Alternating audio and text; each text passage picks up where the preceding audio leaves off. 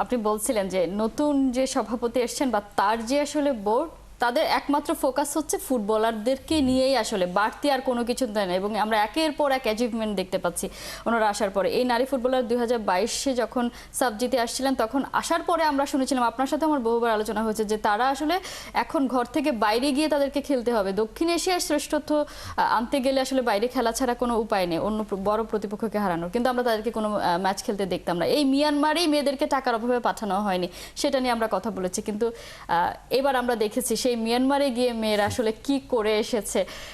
সবকিছু মিলিয়ে এবারের দায়িত্বটা আসলে মূল দায়িত্বটা কাদের? কারণ আমরা কিন্তু আলটিমেটলি বলছি না যে মিশন অস্ট্রেলিয়া, আমরা বলছি মিশন ব্রাজিল, এই মেয়েরা বিশ্বকাপ খেলবে।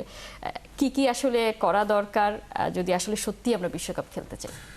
কেন দেখুন, আমি নিশ্চিতভাবে বলতে পারি, আমি বাফুফের প্রেসিডেন্টকে যেভাবে চিনি এবং the team they are working with, এখানে বেশ কিছু ডাইনামিক মানুষজন আছেন এবং আমি যা দেখেছি পার্সোনালি, তাদের ইন্টেনশন ইজ ভেরি গুড, তাদের সামর্থ্য আছে, তাদের জ্ঞান আছে এবং তারা সেটাকে সব একসাথে করার চেষ্টা করছে এবং সেই জায়গাটা থেকে আমি বলবো তারা আন্তরিক এবং তারা চেষ্টা করে যাচ্ছেন।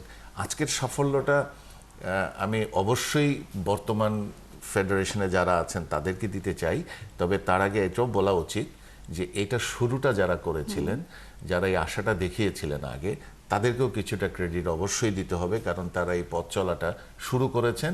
এখানে এসে আমরা এখন এতটা একটা অ্যাচিভমেন্ট পেয়েছি, সেই জায়গা থেকে বলবো যে আমাদের ঘরোয়া খেলাটা আরও ভালো করতে হবে। আমাদের দেখছি আমরা 5টা-6টা টিম হচ্ছে, তাও খুব যে একটু ভালোভাবে অর্গানাইজ করা লিগ হচ্ছে তেমনটা না।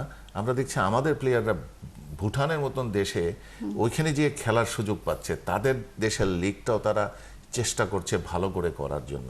সেই জায়গাটা থেকে আমাদের দেশের লিগ খেলাটা যেন আরেকটু গোছানো হয়, প্লেয়াররা যেন আর্থিক সুবিধাগুলো পায়। মিয়ানমারে বাংলাদেশ আসলে যা করলো তার ইমিডিয়েট আগে জর্ডানে গিয়ে ত্রিজাতীয় একটা টুর্নামেন্ট খেলেছে এবং সেটার পারফরমেন্সই কিন্তু আমরা আলটিমেটলি দেখতে পেয়েছি। কারণ এইখান থেকে যদি বাংলাদেশের মেয়েরা হেরেও আসতো খুব বেশি কিন্তু কথা হতো না, কারণ র্যাঙ্কিংয়ে তুর্কমেনিস্তান ছাড়া বাকি দুই দলই বাংলাদেশের চেয়ে অনেক এগিয়ে ছিল। সেই জায়গায় তারা যেভাবে পারফরমেন্স করেছে, তার মানে হচ্ছে আমরা বলতে পারি তাদেরকে যদি ম্যাচ খেলার সুযোগ দেওয়া হয় তারা সেটার রিটার্নটা আসলে করতে জানে। সেই সুযোগটা আসলে পাবে কিনা, যেহেতু 26-এ এশিয়ান কাপ। আমার মনে হয় ফুটবল ফেডারেশন আন্তরিক এবং আমরা দেখলাম আমাদের অ্যাডভাইজার উনি টার্কিতে গেছেন, ওইখানেও তিনি কথা বলে এসেছেন, আমন্ত্রণ জানিয়েছেন। তার মানে হচ্ছে যে সবাই আন্তরিক, এখন শুধু এটা ঘটানোটা সময়ের ব্যাপার।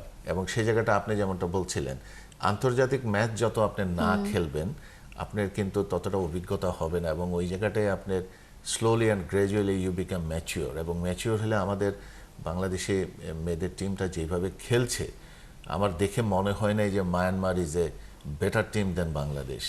তো এই যে পরিবর্তনটা এনেছে, এটাতে আপনি আমাদের ম্যানেজমেন্ট বলেন, আমাদের কোচিং স্টাফ বলেন, সবাই আন্তরিকতাই ছিল এবং তাদের সত্যিকার অর্থে ফোকাস।